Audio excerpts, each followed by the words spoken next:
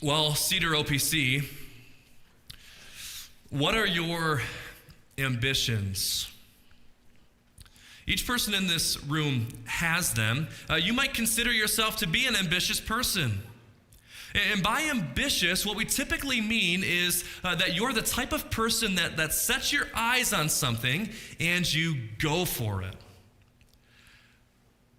If you're particularly ambitious, people might say about you, nothing can get in his way, or she will stop at nothing. And typically, we consider that to be quite the compliment. But regardless of whether we consider ourselves to be particularly ambitious or not, everyone is ambitious in one way or another. And so I ask you again, what are your ambitions? What do you have your eyes fixed on? What is it that you have set before you that you would stop at absolutely nothing to get? As we move into our text today, what we're going to see are the ambitions of Israel. But as we're going to see with Israel, as is so often true with us, their ambitions were focused on the wrong thing. They had their eyes fixed on success in this world, and they would stop at nothing to get it. But as we get into our text, what we see is this truth, that the pursuit of fleeting success in this world costs the hope of eternal success in the world to come. That's the key truth here, that the pursuit of fleeting success in this world costs the hope of eternal success in the world to come. And we're going to unpack that truth under three headings tonight. First, the desire for a worldly kingdom. Second, the cost of a worldly kingdom. And finally, we'll see the worth of a worldly kingdom. But first then, the desire. As I mentioned leading up to reading 1 Samuel 8, we ended last chapter in chapter 7, where it seemed like finally the tides were turning for the nation of Israel. They had Samuel, they had their leader, they had their prophet, their priest, and their king, the mediator that was bringing Israel back into right relationship with God. Finally, after 1 Samuel 7, we're seeing that things are looking up for God's people. Now we get into chapter 8. And it's clear that a significant amount of time has passed, and I said that already, and the reason we know that is because verse 1 says, when Samuel became old. Suddenly, this young, strapping man is old. He's still judging Israel, but we see that he's been working on his contingency plan. He's passing off the business to his two sons, Joel and Abijah. Unfortunately, they have proven to be totally worthless men. And so the elders of Israel, we see that they gather together, and they're looking around, and they're thinking, you know what? We've had a pretty good stretch here. We want to keep the good times going. We've managed to keep the Philistines in check. We're secure. We're growing. There's no doubt that they're thinking to themselves, we're on the cusp of becoming the political powerhouse that we've always hoped to be. And so they're brainstorming together. What do we need to do? How are we going to take this thing to the next level? How are we going to keep these good times rolling? And they look at Samuel, and he's too old. They look at his two sons, and they're worthless. They're good-for-nothing kids.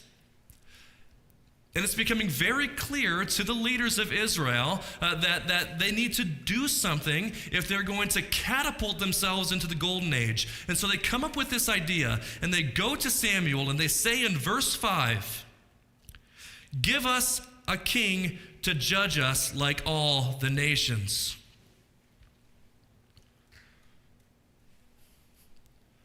Doesn't seem like a terrible thing to ask. And yet, what do we see? What was Samuel's response? Verse 6. But the thing displeased Samuel when they said, give us a king to judge us. It displeased him. So Samuel prays to the Lord, and God says, Samuel, they have not rejected you, but they have rejected me from being king over them. This is a good point to stop. and to ask the question, what's going on here? Because on the surface, as we read this text, we might come away with the idea that the issue with Israel's request was that they wanted a king. But I want us to see for a second that can't be it. That can't be right. Because the whole Old Testament leading up to this point is anticipating the coming of a king in Israel. Genesis 49, we get the promise to Judah, one of Jacob's sons, that the line of kings is going to descend through his lineage. And then we have the book of Judges, which precedes 1 Samuel. And all throughout the book of Judges, we see this refrain over and over again, mourning the fact that there is no king in Israel. And then Deuteronomy 17, maybe even most explicitly, gives the outright permission for Israel to ask for a king. Verse 14 of Deuteronomy 17. When you come to the land that the Lord your God is giving you, and you possess it and dwell in it, and then say, I will set a king over me like all the nations that are around me, you may indeed set a king over you. So Israel, they did not sin in principle. They were well within their right. In fact, it was a good thing for them to ask for a king. So then what's the issue? Why was this displeasing to Samuel? Why was this displeasing to God?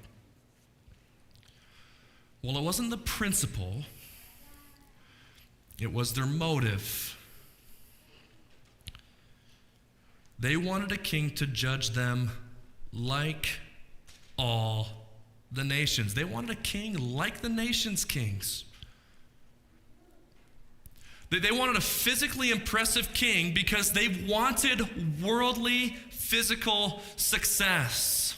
They wanted a king that was going to bash people's skulls in, that would inspire fear in their enemies just by looking at him. They wanted a king that would bring Israel into the golden age. What they wanted in a king was the exact type of person that the rest of Deuteronomy 17 says they ought not to have. Yeah, verse 14 said, go ahead and ask for a king, but there's qualifications. Here's the rest of Deuteronomy 17. He must not acquire many horses for himself. He shall not acquire many wives for himself, nor shall he acquire for himself excessive gold or silver. But that's exactly the kind of king Israel wanted.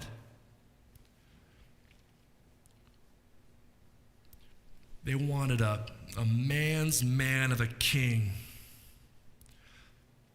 They wanted a king designed after the nations, a physical giant who is going to build a physical kingdom. And so Israel's desire for a king, it wasn't sinful in principle. It was their motive.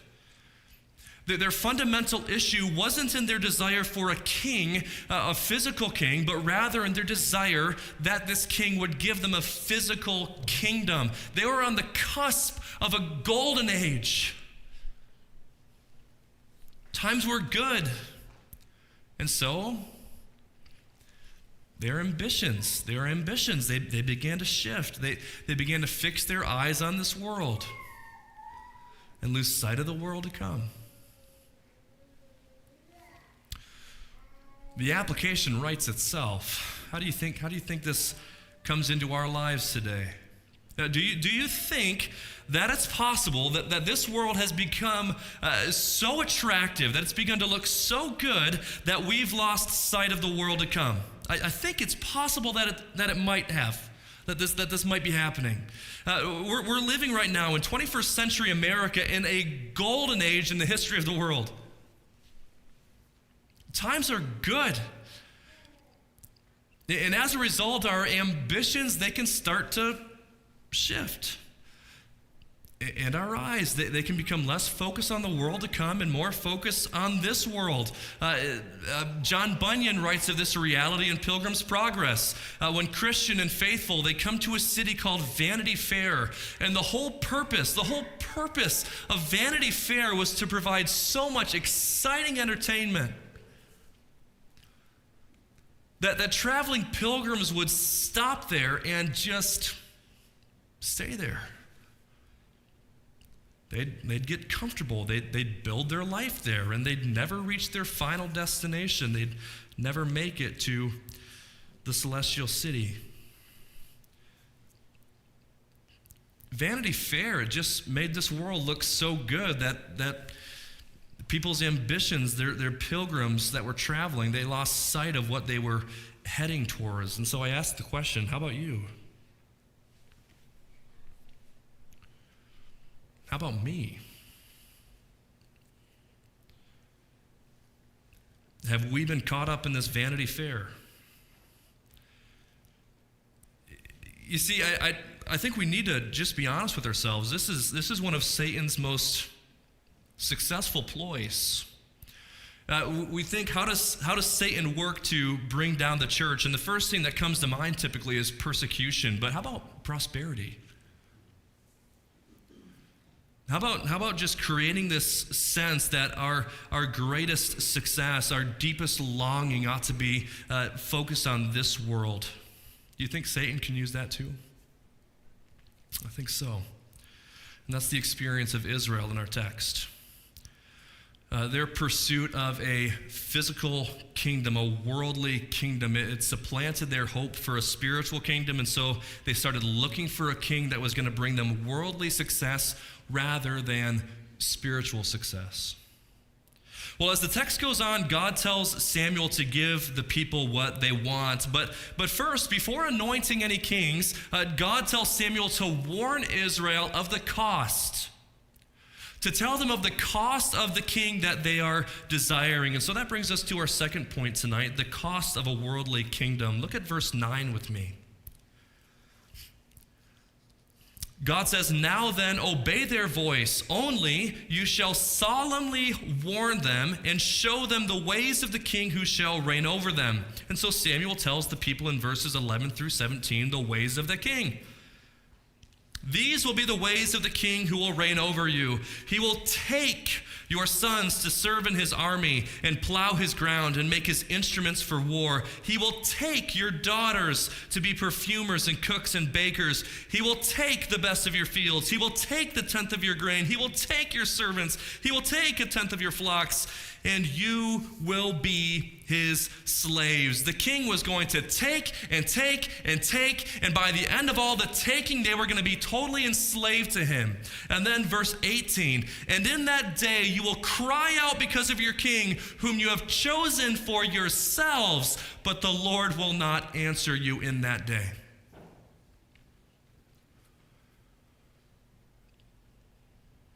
That's the cost of pursuing this worldly, this physical kingdom. The cost is enslavement to this world, alienation from God. Enslavement to this world and alienation from God. Well, certainly, we as the readers, we think, after hearing how much it's going to cost, they're going to reconsider. They're going to get their heads on straight. This is a wake-up call. This is simply too much. And yet, what do we read in verse 20? Verse 19, "No, but there shall be a king over us, that we also may be like all the nations." Just think about that.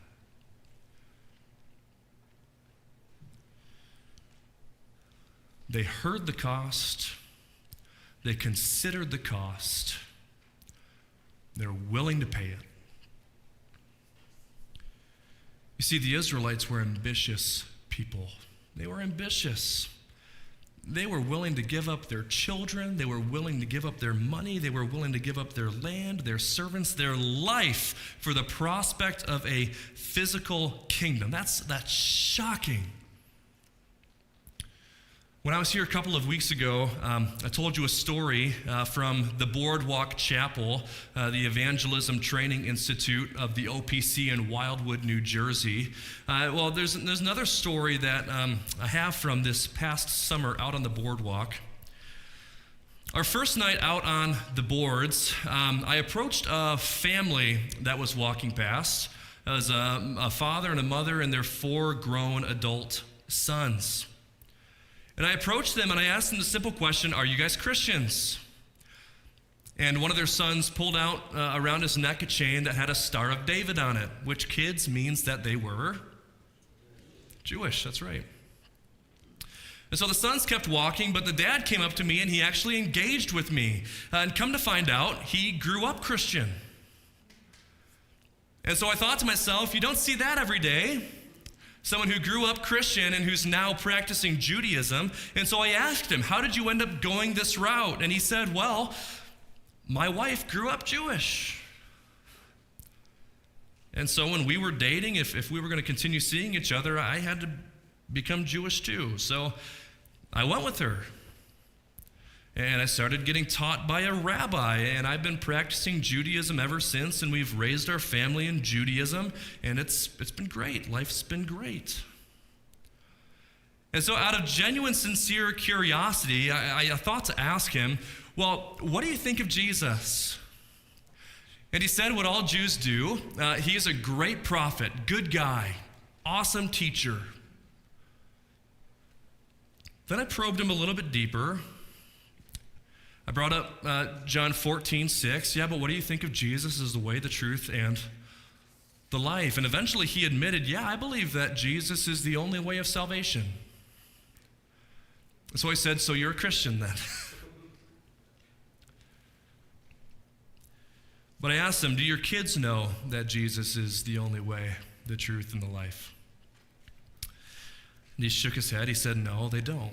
And so I asked him, how are they going to be saved?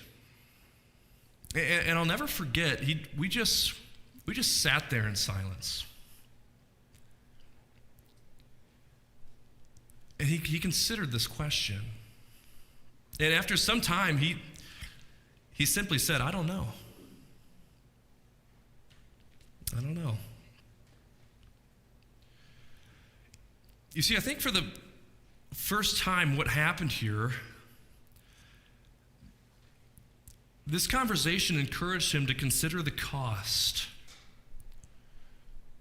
To consider the cost of the worldly kingdom that he had been trying to build. He had willingly enslaved himself and his children to this world. He had alienated himself from God. He was ambitious. He wanted a family. He had his eyes fixed on it, and nothing was going to stop him from getting his way. And you know what? His family was absolutely beautiful. They looked like they were having a lot of fun together. One of his adult sons was playing professional league soccer. I mean, this was a great family. But as a family that was enslaved to this world, it was a family that he got by paying that price, enslavement to this world, alienation from God, and so he paid the cost, the eternal salvation of his sons. It seems unbelievable until we turn that question around on ourselves and ask, are we willing to pay that same price? Are we willing to pay that same price? Are we willing to sacrifice our spiritual welfare on the altar of ambition? We have career ambitions. We have family ambitions. We have financial ambitions, athletic ambitions, downtime ambitions. We have ambitions. And it's good to have these different ambitions. It's a holy thing to work hard. Maybe the trope is the dad who's so concerned about his career that he never makes time for his children, either to spend time with them or to lead them in the Word, to mentor them and show them who Jesus is. And he says, yes, but I have to work hard. I need to make money for my children. But he's ignoring something far more important. There's a physical life he wants to provide, but there's a spiritual life that he's completely forgetting.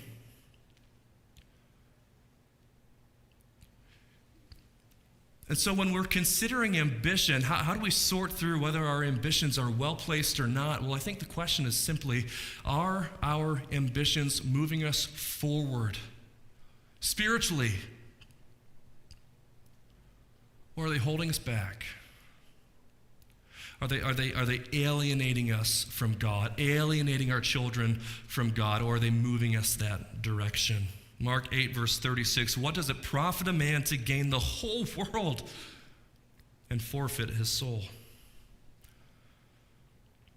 That's Israel. That's us from time to time.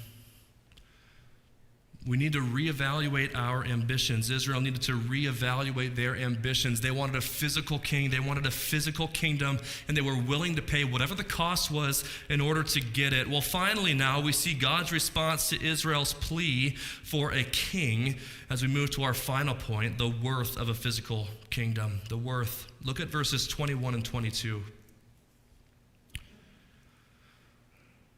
Samuel goes to the Lord and tells them the demand of the people, and this is what God says in return: obey their voice and make them a king. That might be a surprising response to you. It was to me the first time I read through this. God was going to give the people what they wanted, even though it wasn't going to be the thing that was good for them. Yes, but why would God do this? So that they would discover for themselves how worthless their ambitions really were. Kids, maybe you can relate to this. When I was your age, I would often go to the dollar store with my mom. And every time we went in, my eyes were drawn to the back wall, the wall with all the toys on them. And they had, I remember, G.I. Joes. I remember there was this bow and arrow. Every time I went in there, I'd go straight to this bow and arrow, and I'd bring my mom with me and plead, Mom, can I please get this bow and arrow? This would make my dreams come true. And without fail, my mom would say, we're not getting the bow and arrow. It's cheap junk. We're going to get it home, and it's going to break in 2 seconds, right? That was one way to parent. But I can imagine that there are other parents here who like to teach life lessons. And so after saying no a couple of times at the dollar store, maybe the next time you go in and your child is standing there begging for the bow and arrow, and you say, you know what? I'll make you a deal. We're not going to get it this time, but we're going to go home, and I've got a list of chores. If you work hard, if you get all these chores done, if you get this allowance, then the next time we come in, after saving up your pennies, you can get that bow and arrow and you can bring it home. And what would this child do? He'd work hard. He'd be looking forward to that bow and arrow. He'd get it home. He'd open the packaging. He'd shoot it once or twice, and in 2 seconds, it's broken. Because it's a worthless toy. It's cheap. It's junk. And sometimes the way we learn is through experience. Well, that's what God's doing here. He's going to give the people what they want. He's going to give them the king that's going to bash people's skulls in, and it's going to be unbelievably glorious for about 2 seconds. And then when it all comes crashing to the ground, they're going to realize through experience how worthless their ambitions were, that they paid a cost to get a physical kingdom that was absolutely worthless to them. This kind of spiritual reality, it reminds me of a story from ancient history. Back in the time of Julius Caesar, the richest man in Rome was a man named Marcus Licinius Crassus. Wealthiest man in Rome, most powerful man in Rome, apart from Julius Caesar.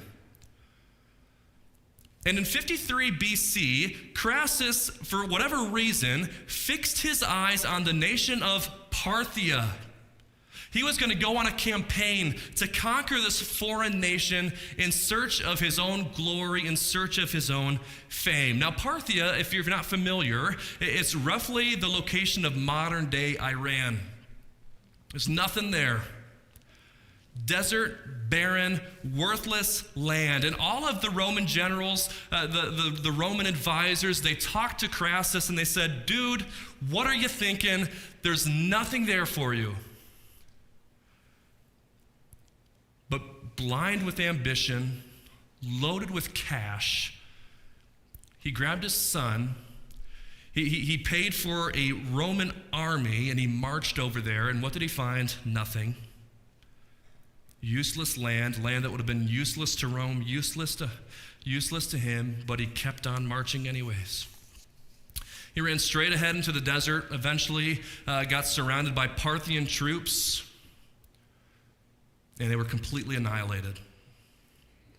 Marcus Licinius Crassus killed, his son killed, 20,000 Roman soldiers dead. You see, Crassus gave everything he had. He gave his fortune, he gave his son, he gave his own life for the pursuit of a land that, even if he had managed to conquer it, would have been completely worthless to him. And so too, that the pursuit of this world is the pursuit of a land that is absolutely worthless. 1 John 2, do not love the world or the things in the world, for the world is passing away along with its desires. The physical world is passing away. You can spend your whole life in love with it.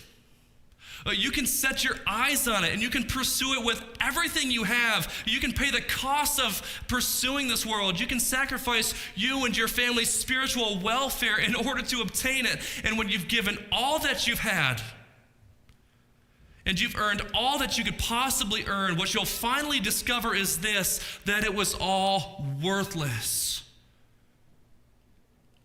Just a cheap toy.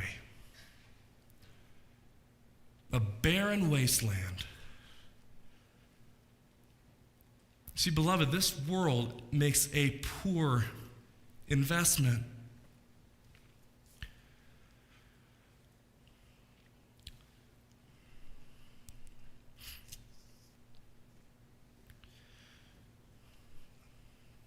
We've seen the ambitions of Israel. They wanted a physical king that would bring them a physical kingdom.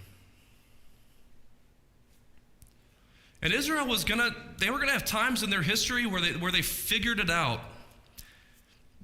They were going to be taken into bondage. They were going to be run off to Assyria, run off to Babylon. They were going to have hard times, and eventually they'd have their eyes set on eternal success again. But then eventually, after a period of peace and prosperity, they'd start to set their ambitions on the world again. This is the cycle of Israel that we read throughout our Old Testament. And this is a cycle that would plague them all the way through up to the time of Christ and on into the present day. You see, when Jesus Christ came, what Israel was expecting, what Israel was wanting was a physical king. In John 6, verse 15, Jesus had to withdraw from the crowd and hide himself away because the people wanted to take him by force to make him their king. He was supposed to lead Israel in a revolt against the Roman dictatorship and smash them to pieces and make Israel a superpower again. But Jesus, he wasn't that kind of king. Oh, and what a disappointment this was to Israel, who wanted their physical king and who wants their physical kingdom. You see, that's part of why Jews to this day, they reject Jesus. It's because they think simply that he wasn't ambitious enough.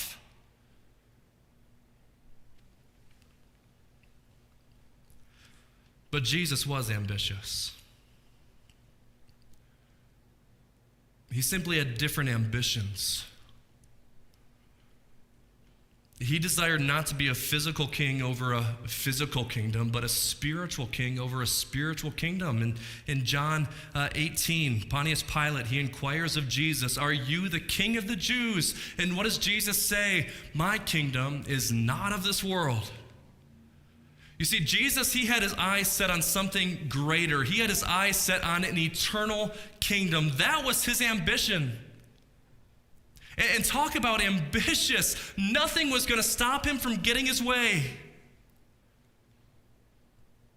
even though it cost him his life.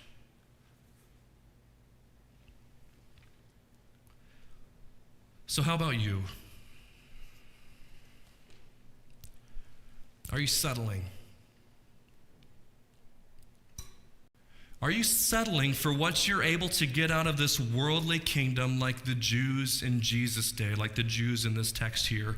Or are you ambitious enough to set your eyes on an eternal kingdom? Let's pray as we close tonight. Let's pray that the Lord would make us ambitious people. People ambitious enough to leave behind this Vanity Fair and press on towards the kingdom that awaits.